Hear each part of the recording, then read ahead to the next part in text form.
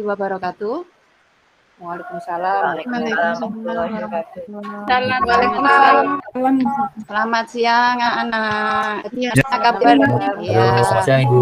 Baik Ibu. Senang ya bisa bertemu kembali di hari Sabtu yang lumayan panas ini, tapi semoga tetap semangat ya. Ya, besok sudah minggu kita libur, semangat Bu. Ya. Sebelum kita mulai pelajaran, Bu Ismi absen dulu ya untuk hari ini. Ada yang tidak masuk?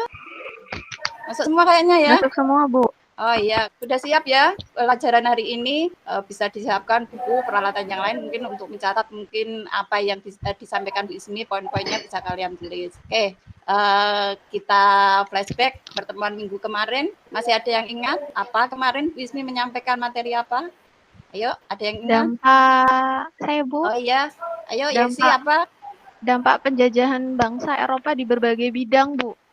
Oh iya, jadi materi kemarin kita itu ya yang sudah disampaikan Mbak Yesi tentang dampak penjajahan dari bangsa Eropa. Lah itu ada kaitannya dengan materi kita hari ini, yaitu kita akan membahas menyampaikan materi tentang lahirnya organisasi pergerakan kebangsaan Indonesia, kemudian dilanjutkan dengan peristiwa Sumpah Pemuda. Oke, udah siap ya anak-anak? Untuk memaparkan materi akan Bu Ismi tampilkan PPT-nya. Sudah tampil? Kalian mengamati mungkin gambar yang Ibu tampilkan, itu ada gambar beberapa tokoh pergerakan nasional, mungkin sudah tidak asing ya, sering kalian lihat di buku, di internet dan sebagainya. Oke, di sini mungkin ada yang bisa kalian kenali, salah satu siapa? Ayo. Muhammad Hatta. Oh ya, ada. Yuk, yang lain? Itu Dewi Sartika, Bu ya? Oh iya, betul. Dr. Sudama, Bu.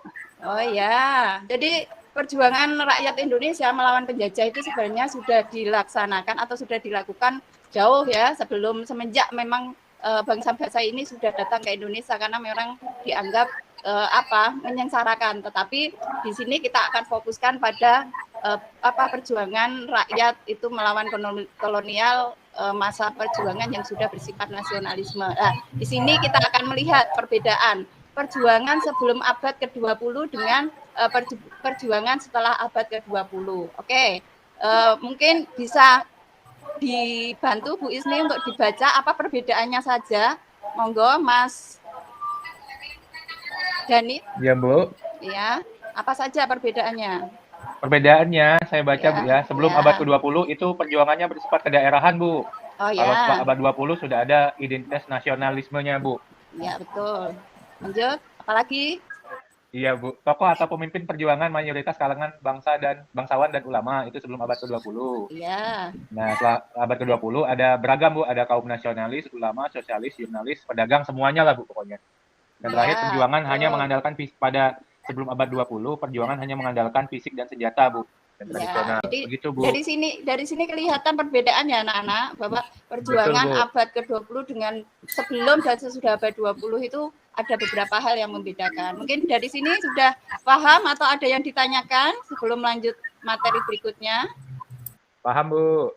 Paham ya? Bu. Kita lihat lagi ada ilustrasi ya mengenai penjajahan bangsa-bangsa Eropa itu, kemudian kita lihat ya, jadi kebangkitan kesadaran nasional ya sebelum nanti munculnya organisasi-organisasi nasional itu ada faktor yang memang mempengaruhi, yaitu mengenai politik etis, di mana pada saat pelaksanaan politik etis itu kan ide dari Van de Venter ya, yang ada 3 macam itu, ada irigasi, ada migrasi, ada edukasi. Yuk, masih ingat ini materi ini mengenai trilogi Van de Venter? Ada yang masih ingat irigasi, migrasi, dan edukasi? Ada yang masih ingat? Masih Bu. Masih ingat Bu. Ya. Masih ya. Kalau masih kita fokuskan ke edukasinya saja. Lanjut, ya. Jadi Bu. di sini ada kita titik beratkan pada edukasinya, di mana ada ada pengaruh di sini dengan adanya politik etis ini. Bangsa Belanda banyak sekali mendirikan sekolah-sekolah di Indonesia, meskipun tujuannya pada awalnya itu hanya untuk golongan tertentu, tapi di sini itu bisa mengembangkan intelektual dari beberapa golongan bangsa Indonesia ya, kaum bangsawan tentunya. Lah ini akhirnya menimbulkan mereka semakin cerdas, mereka muncul kesadaran untuk punya kemerdekaan gitu ya. Kemudian, apakah terlalu cepat Bu Ismi dalam menyampaikan materi? Tidak, Bu. Tidak, Bu. Kita lanjut ya ke faktor pendorong ya munculnya gerakan nasional itu tadi. Ya ada faktor ekstern dan faktor intern. Ayo, Wayan, ayo. Ekstern berarti faktor dari dalam, Ibu. ekstern. Ayo ngantuk toh? Luar, Bu. Dari luar, Bu. Dari Oh, iya, Ibu. luar, Terlalu kan, ayo. kawayan Mas nih. Wayan ngantuk. Saya kemarin begadang, Ibu. Maaf, Bu. Saya kemarin begadang. Ya, faktor dari luar, Ibu ya. Jangan ya. Ya dari luar. Oke, kita lihat. Ya, yang pertama adalah kemenangan Jepang atas Rusia. Itu yang pertama ya. Kemudian juga ada kebangkitan nasionalisme dari bangsa-bangsa Asia Afrika. Kemudian ada masuknya paham-paham yang baru, itu ada nasionalisme, liberalisme, demokrasi, sosialisme, dan pan-islamisme. Ini sangat mendorong ya. Kemudian faktor dari intern, dari dalam.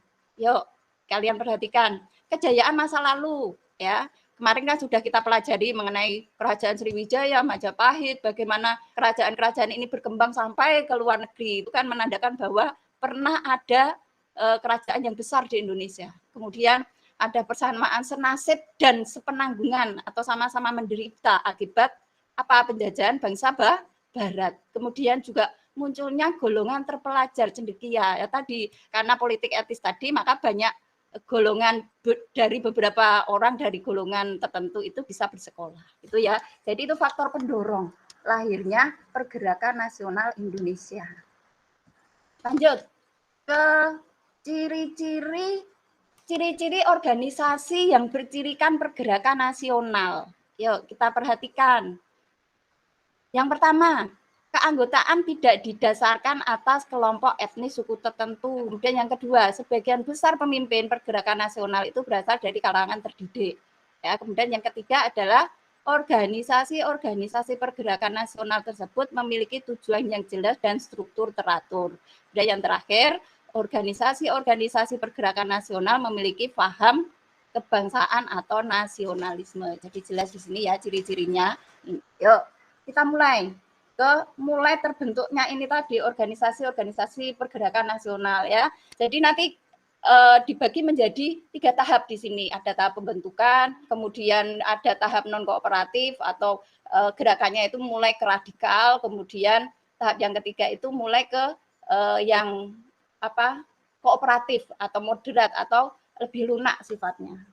Sampai di sini mungkin mulai kita masuk ke organisasi-organisasi yang terbentuk pada waktu itu. Ayo coba siapa yang bisa menyebutkan kira-kira apa saja organisasi apa saja yang dibentuk pada masa itu. Monggo silakan. Arutno? Oh iya, Budi Utomo. Yang lain? Saya, Bu. Yang lain? Saya, Bu. Budi Utomo. Iya, lain. Yang lain juga. Ayo monggo. Ayo. Pak ya, apalagi yang bersifat keagamaan, misalnya ada Muhammadiyah, ada NU, kemudian juga iya, yang bergerak di bidang politik. Perhimpunan Indonesia bisa, Bu ya? Perhimpunan Indonesia bisa. Ya? Apalagi yang ada kaitannya dengan peristiwa kemarin September. Ayo apa? Organisasi apa? PKI. PKI, boleh. Bu. Oke, itu beberapa contoh ya. Nanti kita akan lihat satu persatu bagaimana organisasi ini berdiri, tokohnya siapa, asas tujuan, kemudian juga bagaimana kegiatannya. Lah itu nanti yang akan kita Bu Ismi jadikan sebagai tugas untuk kalian. Jadi nanti kalian akan dibagi menjadi beberapa kelompok, kemudian membahas ini tadi ya, setiap kelompok mengidentifikasi, kemudian istilahnya membuat laporan lah tentang masing-masing organisasi ini, gitu ya. Sampai di sini ada pertanyaan? Lanjut. Jelas, Bu Ismi. Oh iya, jadi nanti sambil selingan ya, bisa kalian lihat ada gambar-gambar lagi tokoh. Ini ada tokoh 3 serangkai. Diri apa ini kalau 3 serangkai? Ini separtai, Bu. Ayo. Hanya Dewantara. Iya. Separtai.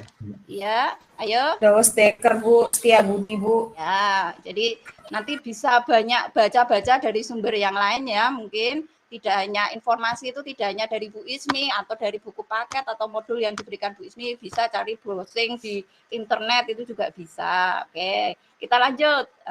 Ini tadi ya sudah kita sebutkan ya di sini ya, ada organisasi-organisasi yang berdiri pada masa perkembangan organisasi pergerakan nasional. Itu ada Budi Utomo, Sarekat Islam, nanti sampai ke organisasi-organisasi yang mempelopori selenggaranya Sumpah Pemuda gitu ya. Kemudian ini tadi untuk kelompoknya nanti ya Ibu sampaikan, kita lanjut ke Sumpah Pemuda. Sumpah Pemuda itu diawali dengan Kongres Pemuda yang pertama tanggal 30 April sampai 2 Mei 1926. Di sini itu untuk pertama kalinya para pemuda itu melaksanakan pertemuan di Batavia, kalau sekarang itu Jakarta ya. Kemudian tujuannya adalah untuk memajukan persatuan kebangsaan dan mengeratkan hubungan sesama organisasi pemuda. Ya, di sini berbagai masalah juga dibicarakan tentang, karena Indonesia itu kan terdiri dari beberapa adat, bahasa, suku dan sebagainya. Lah itu dibicarakan di sini. Gunanya apa? Untuk mempersatukan.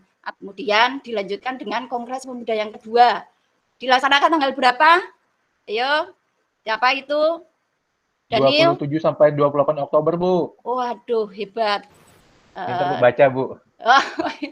Berarti konsentrasi, meskipun baca, kalau konsentrasi pasti bisa menjawab. Iya. Di sini jelas, Bu Ismi. Dilaksanakan pada Semangat, tanggal 27 sampai 28 Oktober 1928. Ya, di sini sebagai ketua itu ada siapa? Sugondo Joyo Puspito, kemudian ada wakilnya Joko Marsaid, kemudian dilaksanakan di Gedung Pemuda Katolik, kemudian itu hari pertama, hari kedua dilaksanakan masih di Jakarta juga gitu ya. Kemudian dari sini itu nanti menghasilkan suatu kesepakatan yang nantinya disebut dengan Sumpah Pemuda. Di sini monggo Sumpah Pemuda bisa ya, nanti ada yang hafal untuk Sumpah Pemuda? Hafal, Bu. Benar. Hafal, Bu, hafal. Benar. Monggo diwakili salah satu. Yesi mungkin bisa dibacakan bagaimana bunyi dari Sumpah Pemuda? Sumpah Pemuda. Kami, Ya. putra dan putri Indonesia mengaku bertumpah darah yang satu, tanah air Indonesia. Kami, putra dan putri Indonesia mengaku berbangsa yang satu, bangsa Indonesia. Kami, putra dan putri Indonesia, menjunjung bahasa persatuan bahasa Indonesia. Oke, terima kasih Yesi. Jadi itu bunyinya seperti itu. Kemudian apa yang saya sampaikan meskipun sekilas ya Bu Ismi menyampaikan materi-materi ini tadi, bisa kita tarik ya suatu kesimpulan. Kira-kira kesimpulan apa yang bisa kita tarik di sini? Monggo silahkan. Ayo Cut, mungkin bisa. Kesimpulan Iya, dari monggo. saya, Iya. Bu Ismi, Iya. dari awal tadi pembelajaran bahwa Iya. strategi kita dalam mencoba lepas daripada penjajahan tidak hanya kita lakukan melalui jalur peperangan ataupun dengan Iya. otot, tapi juga Iya. dengan strategi kependidikan yang bernuansa akademis kayak gini, membuat organisasi, tadi macam-macam organisasi kita udah belajar sampai dengan terkait Sumpah Pemuda. Begitu Bu, Ya, terima bagus kasih. sekali. Terima kasih Cut. Kemudian ini ya, ada sesuatu yang bisa kaitkan dari apa yang kita pelajari ini untuk masa sekarang ini. Yaitu apa? Bahwasanya apa yang sudah dilakukan oleh generasi sebelum kita, para tokoh-tokoh tadi yang sudah kita lihat gambarnya gitu ya, mungkin hanya bisa melihat gambarnya, tapi ada hal yang bisa kita ambil dari situ, bahwa apa? Kita sebagai generasi muda itu harus punya jiwa nasionalisme, ya, toleransi, nasionalisme, kemudian juga ada upaya untuk mengisi, ya, meneruskan perjuangan beliau-beliau mengisi kemerdekaan ini dengan apa? Hal-hal yang bermanfaat. Kiranya seperti itu ya anak-anak. Setuju? Setuju, Bu Ismi. Cukup sekian, kegiatan berikutnya bisa dipelajari materi berikutnya untuk pertemuan kita yang akan datang. Cukup sekian. Terima kasih. Tetap ingat protokol kesehatan. Kita masih dalam keadaan pandemi. Jaga diri kita sendiri, jaga orang lain juga gitu ya. Jangan egois, merasa sehat, cuek, itu jangan. Itu sedikit dari Bu Ismi. Terima kasih. Assalamualaikum warahmatullahi wabarakatuh. Waalaikumsalam.